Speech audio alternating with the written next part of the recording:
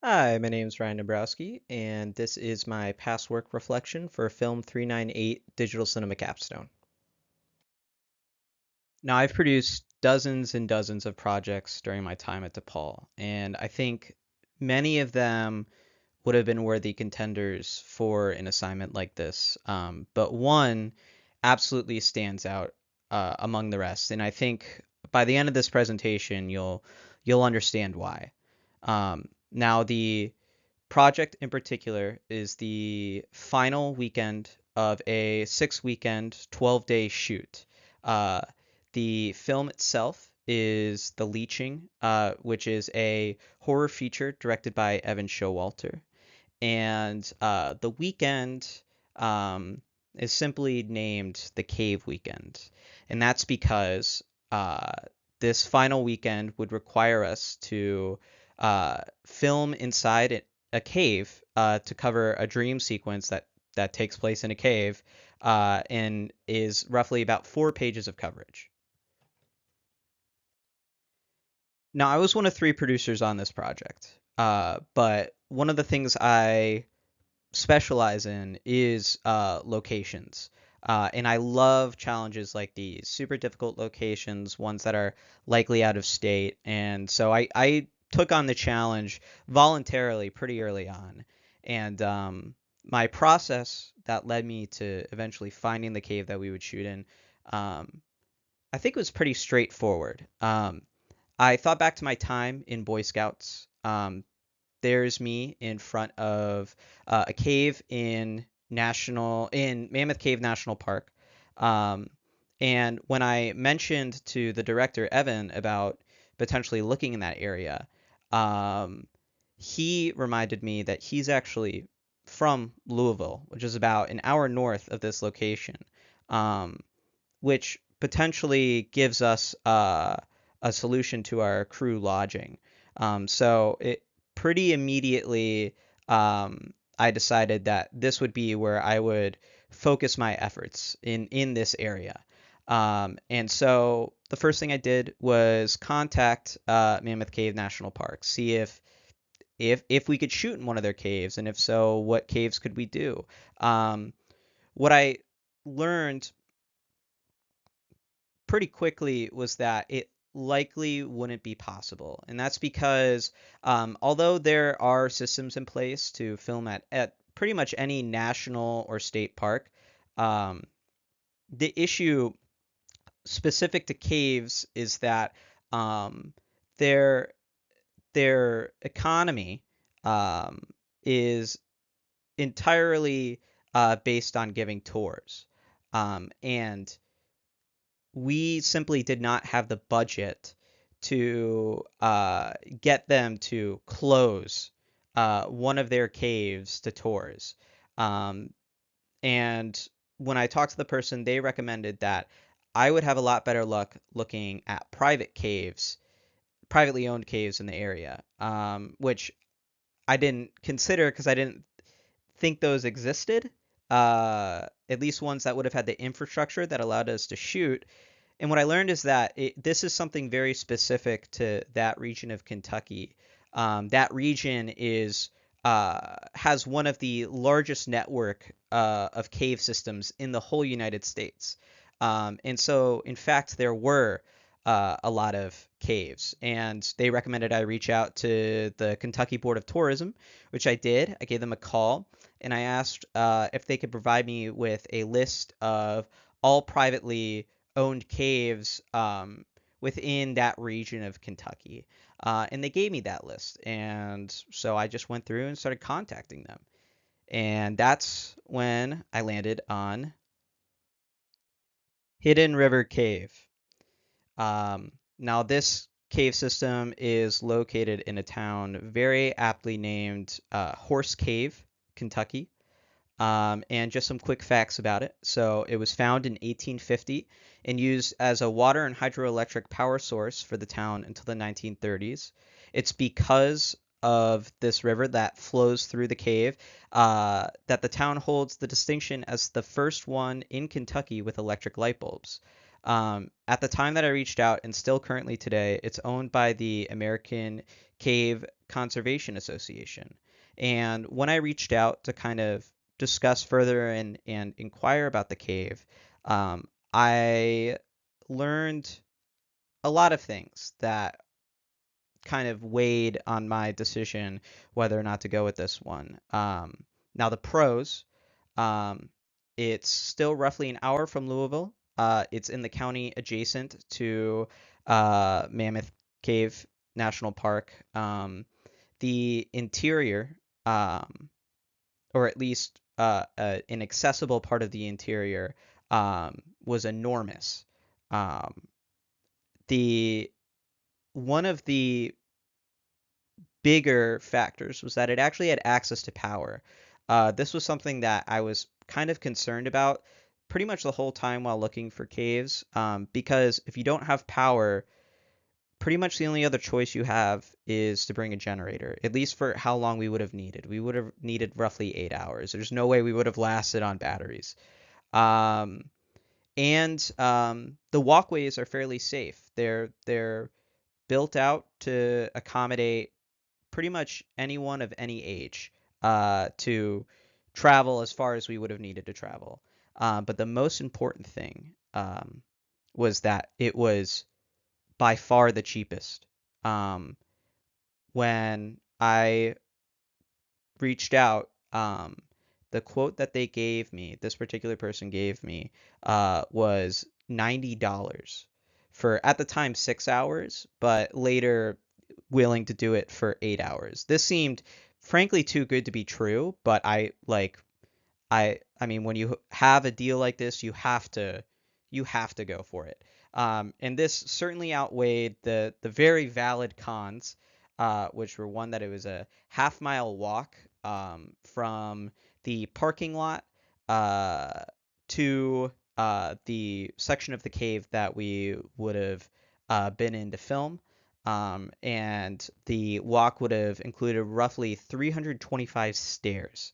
Um, the environment of the cave was about 100% humidity, although the temperature averaged in the 60s, which can create some potential issues with the gear that we had to workshop.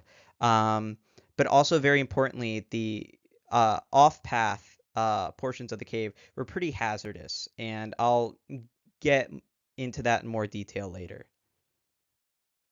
Now, this is Sunset Dome, which would be the section of the cave that we wanted to shoot in. This picture is from a postcard that circulated in the 1930s. Um, Now, Sunset Dome, named because of its unusual lighting effects, at the time of discovery contained the greatest unobstructed floor space and was the largest individual room known to man. With a height of 185 feet, roughly 18 stories. It measured 500 by 600 feet and contains roughly 5.5 acres of free floor space. Today, Sunset Dome still holds the distinction as the largest unsupported roof dome in the United States. So, briefly, I just want to go over some of the logistics for this weekend. Our head count came out to roughly 19 people. The travel time from Chicago to Horse Cave was roughly about 6 hours, 380 miles. Um, we would need to spend 2 nights there. Um, uh, but only one shooting day, which would be 8 hours. The number of shots came out to six, and the total budget for the entire weekend was $1,000. So in this next section, I'm going to talk about the major challenges that we faced, both me personally and as a crew. Um, and it's these challenges that are why I decided to go with this project for this presentation. Our first major challenge materialized less than 2 weeks out from our shooting. If I structured the challenges we faced in order from least to most likely to shut us down, I would have saved this for the end. I include it first because it happened first, and it loomed over us for the rest of the project. To understand, Allow me to introduce you to my contact, Christian Rodriguez. If you're looking for an adventure, this local attraction may just be your next road trip. News 40 reporter Megan Stamps shows us. Here in the heart of Horse Cave holds Hidden River Cave, a perfect summer destination to check out right here in South Central Kentucky. Christian Rodriguez guided me through the Monster Cave. So I've been working here for 3 years, and it's different every day. I get to meet a lot of great people, and it adds to my character every day. And he told me about some of the newer additions that many folks didn't experience with COVID-19. As of 2018, historic Hidden River Cave installed the world's largest underground swinging bridge. And in 2020, the workers opened up the region's largest dome room, Sunset Dome, closed to the public for 75 years. This is the Sunset Dome at the end of the underground tunnel. Check this out. This is 4 acres. It is absolutely amazing when it comes to acoustics. When I called Hidden River, Christian answered. When I asked him how much it would cost to film at his cave, he didn't even hesitate. I'll let you guys do it for $90, he said. Christian Rodriguez understood what it was we wanted to do, and I think in his mind, he knew that without him, we'd never pull this off. A location scout was planned for April 27th. In attendance would be our director and DP. I was unable to attend because I would be in Indiana that weekend, ironically for a project that was entirely in the woods. Christian let me know a couple of days before the scout that he had something come up and he would let one of the other staff know we were coming. Late that afternoon, when I messaged them asking how the scout went, the director gave me a call. On April 26th, 2024, just one day earlier, Christian Rodriguez had tragically taken his own life at the age of 21. When Evan and Amaryllis arrived early that afternoon and let the staff know who they were, the staff were confused. They weren't expecting anyone. When we told the staff who we had been in contact with, they left to go get their boss. Their boss pulled them into a room and explained what had happened. Despite all of this, the staff knew they had come from Chicago to look at the cave, and so they gave them a tour. The man who broke the news gave Evan his card, David Foster, president of the American Cave Conservation Association. He told Evan to have whoever had been in contact with Christian reach out to him immediately. And so the next morning I did. Our conversation lasted roughly an hour. It became clear to me almost immediately how difficult of a situation this actually was. Chris hadn't let anyone know what he was doing. The deal I had worked out with him was, in fact, too good to be true. David explained how what we wanted to do would have required a staff of at least 4 in 2-man rotations to ensure safety, as well as likely a significant cleanup effort to ensure no long-term environmental impact. He told me it would have cost at least $500, and I didn't know what to say. We couldn't afford that, and it was too late to find another cave. Heck, it sounds like we couldn't have afforded another cave. I didn't have to say anything, though, because David understood. For whatever reason, Chris wanted this to happen, he said. I can't begin to understand why he would do this, but I've talked with the staff, and we want to honor it. I asked him how much he'd need to not be operating at a loss. He said $150, and we had a deal. We decided not to tell the crew. We didn't need something like that weighing on them during such a difficult shoot. That choice would be inevitably taken out of my hands on the day we arrived, May 3rd, one day prior to shooting.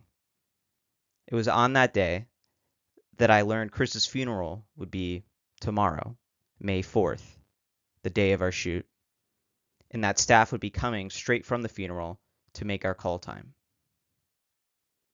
I addressed the situation that night during a meeting. The crew needed to understand the sacrifice the staff was making for our film. I'm sure the news motivated some and disturbed others. I didn't care at this point. We had been given an opportunity we didn't deserve, and I wanted the crew to know who we had to thank. Almost all of the staff would show up to set that afternoon, some still in the clothes they wore to the funeral. One didn't even bother to change before venturing into the cave with us. They were all there for the same reason, to honor their friend. Some stayed for a few hours, but many would be there until 2 in the morning with us, including David.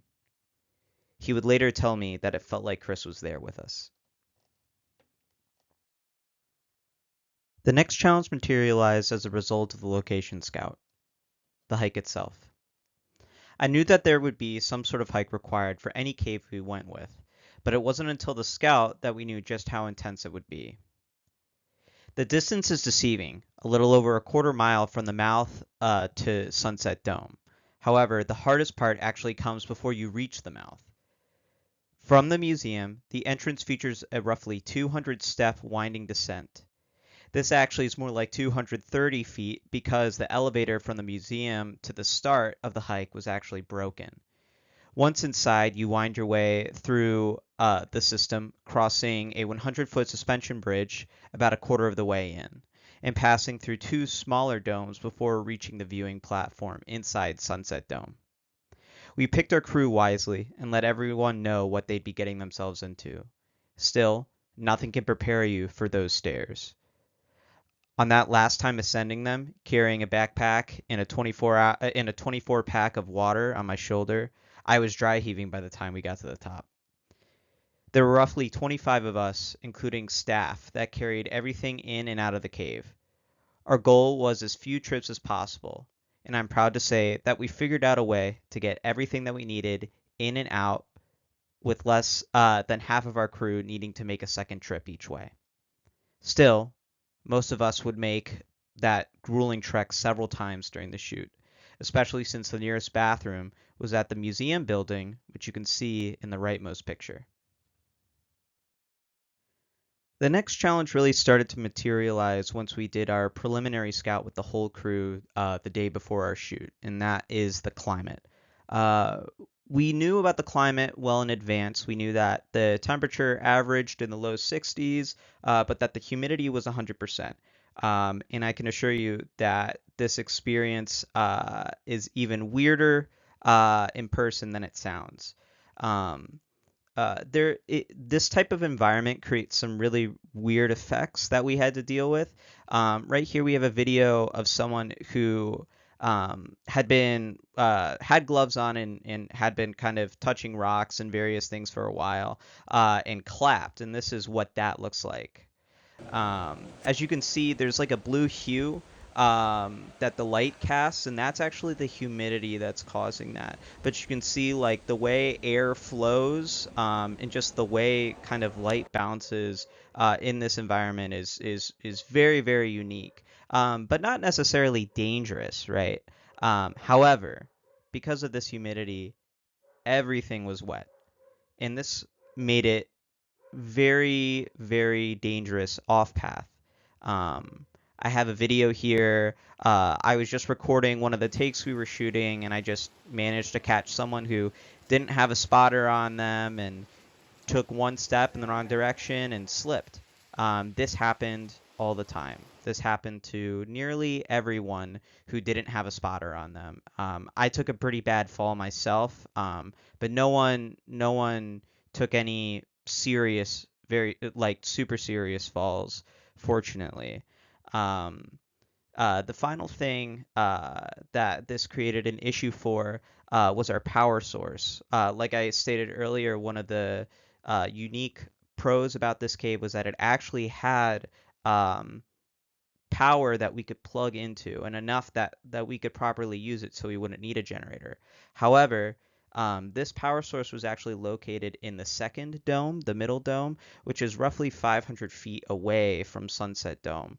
Right here you see an electric, 2 electric people plugging in and starting to run cable, and that cable had to run around a lot of these different waterfalls that were from runoff from the town above, and this water was actually highly contaminated. One of the first things our guide pointed out to us when we did our preliminary tour is do not touch the water.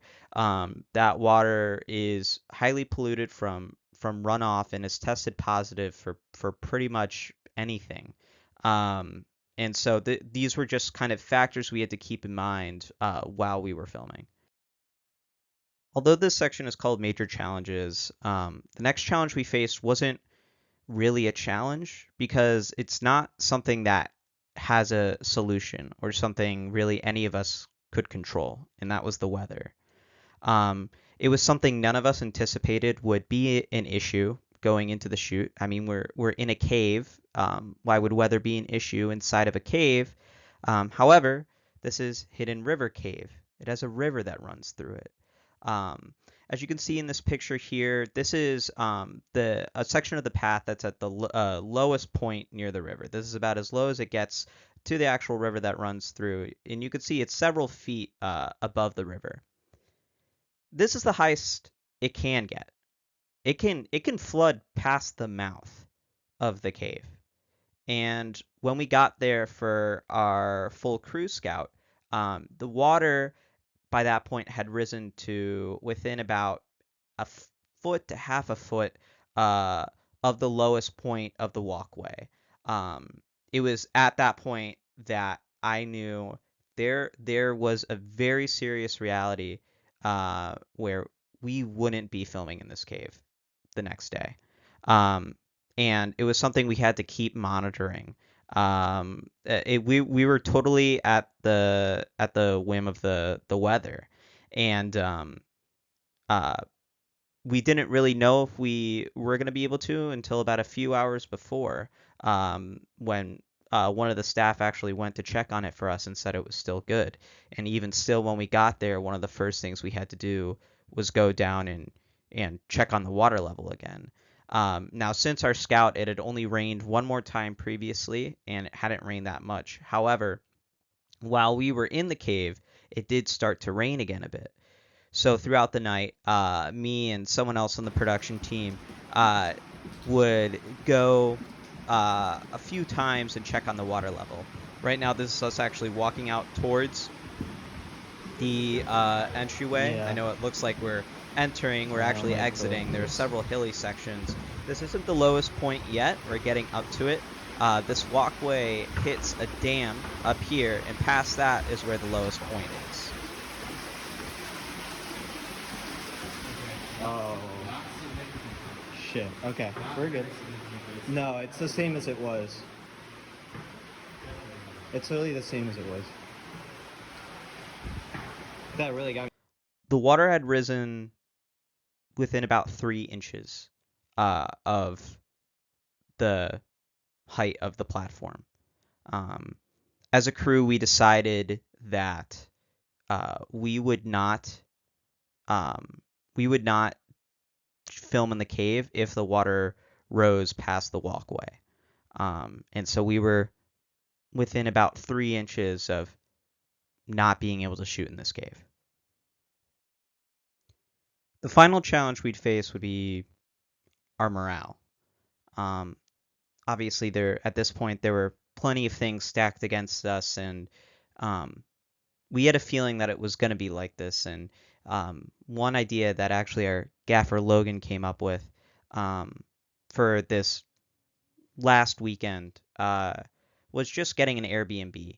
And the reason for that is because the distance from Louisville, which is where Evan's family is and where they were gracious enough to let us stay, was over an hour away, about an hour and a half away, actually. And it was something that I think we didn't want to do multiple times. And so we all pitched in and found an Airbnb for pretty cheap. That's only about 20 minutes away from the cave. And I think that was something that actually seriously boosted morale, and I think gave everyone a bit more of a personal investment in the project. Everyone who was there was willing to put money in to make it a better experience, and I think that's important for something like this. Also, while we were in the town, we made sure to stop at stop at some of the shops and just really check out the place. There's Logan the gaffer in the front, and there's me in the back. And we just kind of made sure to look out for each other. we knew this was going to be hard, and we, I think, all kind of mentally prepared for this. And this film wouldn't have been possible if it wasn't for um, everyone kind of doing their part to make sure we had a good time. And I mean, this is an example of us having a good time while they're setting up. I think we might have been taking a break. It was May 4th, so Yeah. they decided to do a fake lightsaber battle. And yeah, this is probably one of the most iconic BTS videos and pictures from our time in the cave. One thing I will also point out in general about this whole experience, when I was going to find footage and pictures and videos, I was shocked by how few there were. And that's because everyone was just so focused and occupied that no one really had time to take a lot of pictures. And we didn't even have a crew photo for this, which was one of the things I tried to get for the ending slide. But overall, I would say this was this ended up being a very positive experience for the crew, which as a producer is a plus for me, and I feel like this is a challenge that we absolutely overcame. So how did it turn out? Well, originally I was just gonna have some stills that I was gonna show here at the end, but at this point, the leaching is starting to get pretty close to finished, and I asked Evan if he had a cut of the cave sequence. Due to some issues when trying to upload a more recent cut, he decided to go with a pretty bare bones one, which I think is a lot more apt for this presentation, because what I'm about to show you is the last minute, basically, of a 4-minute segment, and it has no color added to it. It has no effects added to it. It has no music. It has no sound design really at all. The only thing is that the voiceovers have some like plug-in effects done to them, but really nothing has been fine-tuned at all, and the footage itself is still very raw. So this is, I think, a real accurate representation of what we got that day. Your time is up. No. No, I have more questions. In the attic, the obituaries, the missing posters, the dates on them. I've been gone for... Yes. Your blood is sweet and eager. Stay with me, child. You would dream so smoothly.